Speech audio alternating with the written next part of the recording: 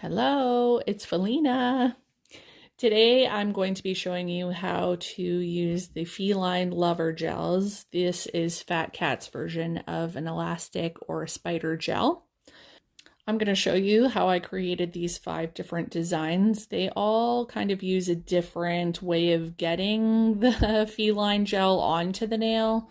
Just kind of using it in different ways, manipulating it differently to get a different look.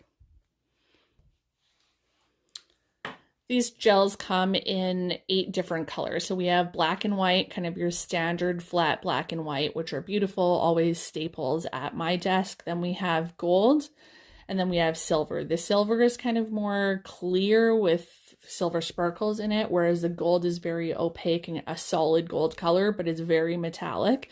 It's definitely the thickest consistency out of all of these.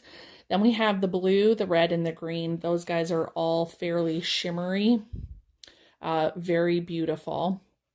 And then we have chameleon. That guy's kind of the odd man out. It changes color depending on what color base you put it on. So it's very fun and excellent for those clients that kind of like the surprise element.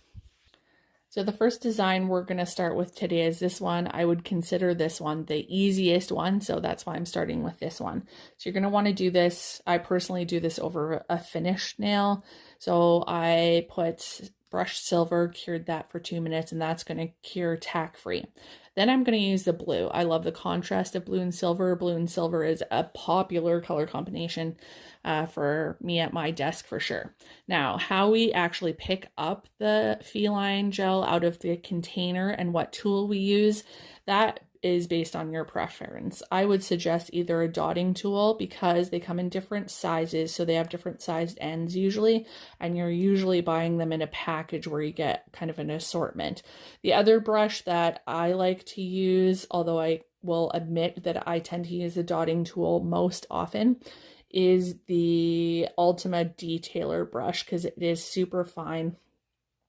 And I actually wrecked this one. It's no longer good for doing fine like hand painting work, so I save it for my spider gel. You guys notice I usually label my things with nail polish in some way. That's just kind of my color coding system for tools that I designate for certain things. Anyways, okay, so how we're going to achieve this is kind of a more drizzled look compared to the others. So how we get that drizzled look is just really how we get it onto the nail, how we get it out of the container, and then how we apply it to the nail. So this stuff is very sticky. Some of them will need to be stirred. The gold one for sure needs to be stirred. The silver one needs to be stirred. And the chameleon, all 3 of those of mine I needed to stir before this video. Stirring them, you're going to need to use something fairly rigid, a stirring tool of some sort, or a birchwood stick. Something that is disposable might be nice, just to give it a good stir. Stirring them is kind of like trying to stir like sticky taffy candy, I would think. It's very ribbony and sticky, and that is normal. So you want to put your dotting tool into the product. I like to swirl it around so that I can grab how much product I need. How much product I need depends on what I'm doing with it and how thick I want this string that's coming up to be.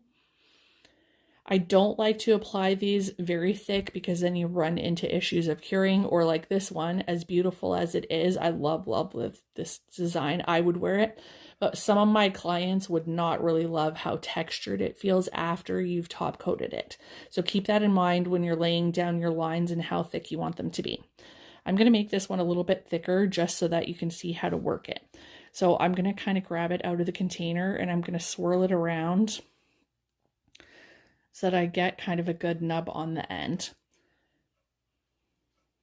It definitely takes some playing around. So I want to lift it straight up out of the container, get my client's nails as close as possible, and then I'm going to kind of attach it to the nail, just touch that string to the nail, and then I'm going to bring my tool straight down and I'm just going to let that string fall where it may.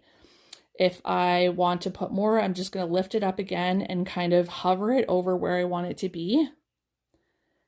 And just up and down until I detach by lifting it up as far as it can go and really stretching it out until it lets go. So I'm going to cure that. You could freeze cure it and put another layer on if you want. That's kind of fun to do. Kind of start in a different place where you originally started, and it'll give you this beautiful, very random, intricate look. So I'm just freezing that 10 to 20 seconds. I plan to fully cure after. So I just want it so that it's not going to move and so that I can go in again. I'm going to try to always do this from the angle that you would actually have the person's finger. So I would get them to kind of spread their fingers out and try to start over here so that I can get those kind of thicker, deeper lines over in the corner. And you just keep going up and down, and that's how you get that swirly, very kind of silly string look. I really love this over top of like geometrical designs where you have squares and circles. That always looks very kind of Picasso-ish to me. So after this, after I freeze cured that, I'm just going to add some Phat Cat shine to it and then cure it for 2 minutes, and then that design is done. So our next design is really just a beautiful background with some focal elements and then some very fine line work that is often very difficult to achieve doing it just with a brush. If you're not super confident doing intricate line work just by hand, then you're going to really love feline gel. It's fast, it's very easy, and clients are wowed by it always. A suggestion, I'm going to use gold leaf to do this design because I feel like lots of you probably have this in your drawer and are not really sure what to do with it. So this is one of my favorite things to do with it. Alternatively, you could use like a transfer foil of some sort. I do that as well too. The background for this guy is actually a combination of 2 different colors, and I'm going to show you just a quick and easy way how I create like a textured looking background. So I am going to use Gnarly Navy, which is a very popular color all year round. It's just gorgeous. It is hands down one of the messiest colored gels you'll ever use. This is an elite one, so it's going to cure tack free, shiny. It's beautiful. You absolutely need to stir this one before you use it. Otherwise, it looks completely black, and the beautiful kind of shimmer pigment that's in it sinks to the bottom. So make sure you stir that one. And this one tends to stain fingers and towels and whatever, so be careful with that one. Then we're going to use the new FX Blue Crush. Oh, so beautiful. If you love colors like periwinkle haze and lavender chiffon, you're going to really love this one. It's kind of an icy periwinkle blue color. Icy blue. Let's call it icy blue with lots of shimmer in it. It paints on really nice too. So I'm going to use the Amore Ultima. I think this is called the Bling brush. It has that handle that comes off and covers the cap. Great for travel. Try to paint this. I'm hovering in the air here. I'm going to take a little bit of this Blue Crush and I'm just going to paint it in here wet. So this is essentially mixing these 2 colors together. I'm literally just brushing them together. I want it to be streaky and I want it to not completely mix together so that when my client moves her nail around, it has this beautiful like dimension and almost pattern in it, and all I did was brush 2 colors together. So I'm going to freeze cure that before I move on to the next step. While my background's curing, I'm going to go ahead and try to retrieve some of this gold leaf. So gold leaf is essentially like super fine tin foil scrunched up into a little container. And you just kind of break a few pieces off that you're going to work with. It's very light and very fine, so be careful if you have a fan or anything around you because it will fly all over. You just need a little bit, and you scrunch it up, put it back in the container.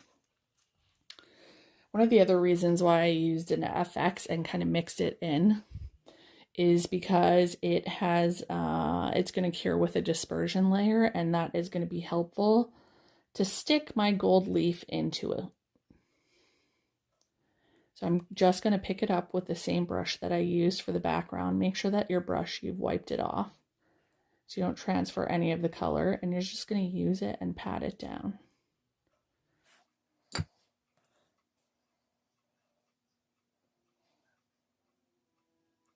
That's it. You kind of randomly place it, and then you just want to smush it down with your brush as much as possible. It doesn't need to be cured, but what I do want to do is I want to put some top coat or a clear layer of some sort over top. It doesn't really matter what you put, but you want to cover that foil because it is going to be a little bit porous, and I want to put line work over top of it. So if I don't want my line work to be like all bumpy when I lay it down, I need to make sure that the surface I'm putting it on is smooth. So I'm going to use Shine here just because it is going to cure tack free, and that's one less step that I'm going to need to take. So I'm going to cure that for 2 minutes. Right, the next step of the design is to add the fine lines over top of this.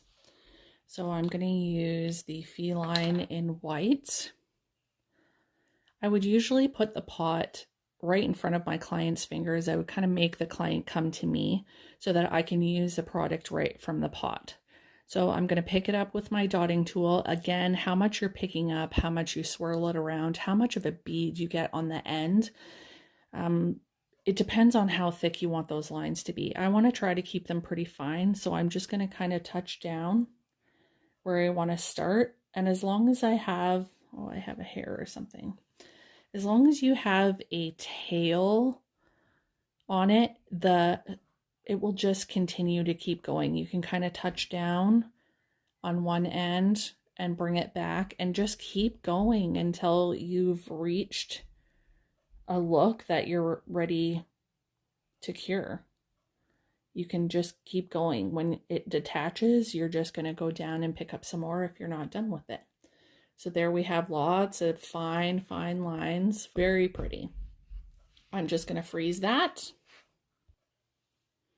So now I'm going to add just a few little dots just to add some fine little elements. I'm going to use Elite White. You could, in theory, use the feline gel if you want, if you get really good with it. I'm using the same dotting tool as I did before. I just dip into it and add some elements, just completely random. Usually a good rule of thumb is kind of wherever you have like a crisscross of lines. That's usually a good place to put it.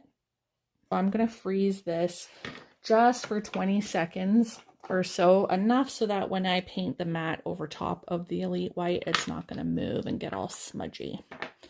When you put matte top coat over a glitter or a shimmer, it just changes it completely. This goes for pretty much anything, any color. So as soon as you put matte on it, it really changes it and it draws out and brings focus to the texture underneath. That's why it is a beloved finish for those who are doing intricate hand painted, like detailed work. So this design is done after I cure this. All right, our next design is this like color blocking one, very Christmassy in my mind. It's kind of that abstract Christmassy design, which I really love. So as you can see, one of the best things about feline gels, it allows you to create these incredibly intricate designs, and they're incredibly straight lines, which I myself have trouble achieving hand painted, and it takes a lot more time and, you know, holding your breath and all that good stuff. So let me show you how you can achieve this look with the feline gel. So I've already prepped this nail with Elite Red. Hands down, one of the best reds on the planet, especially for Christmas. That's one coat that I cured for 2 minutes and it's ready to go. So the first thing that I'm going to do is I'm going to use black. And you can do this straight out of the pot, but in this case, I want to be very precise and get it as close to the camera as I can for you. So I'm going to show you what I do. You can use the top of your nail as a little paint palette, or you can use something like this. There's all kinds of palettes you could use, like a little tiny lid, whatnot. So I'm going to take some product out of the container.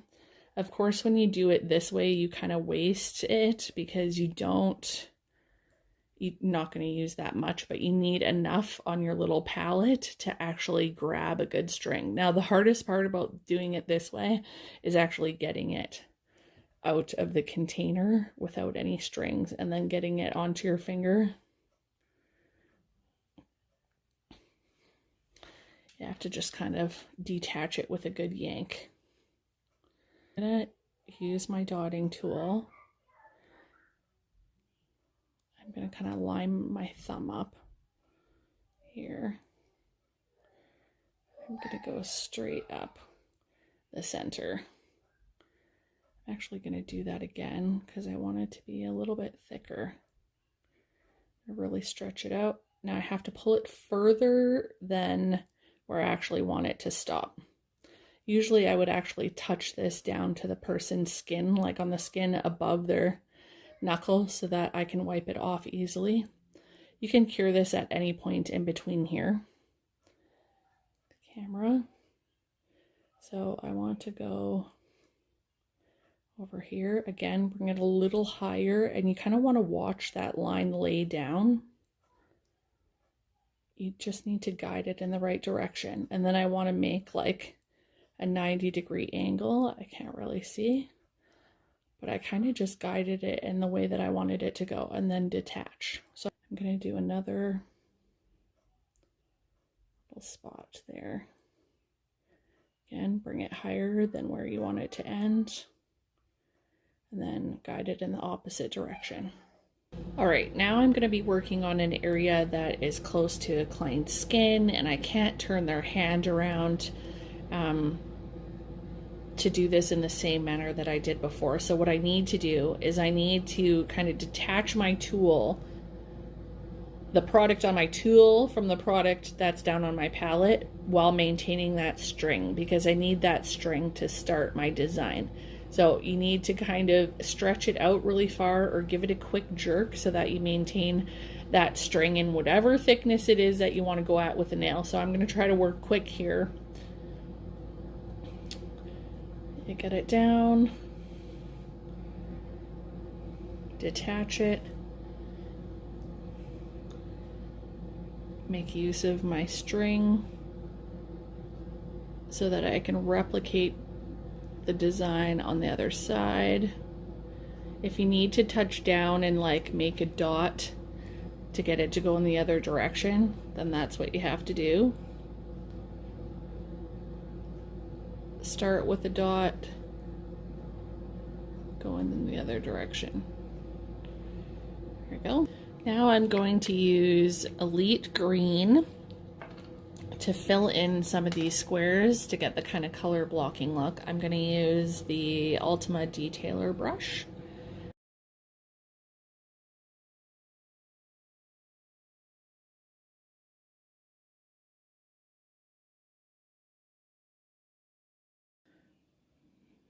I just want to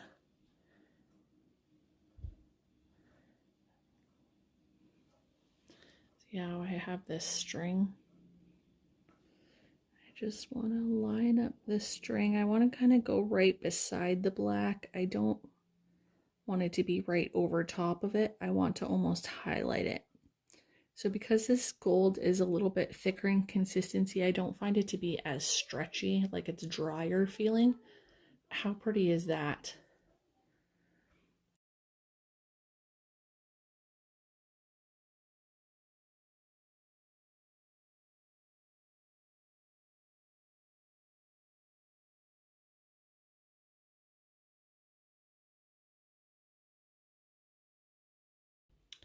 That's a beautiful little kind of Christmas color, geometric design.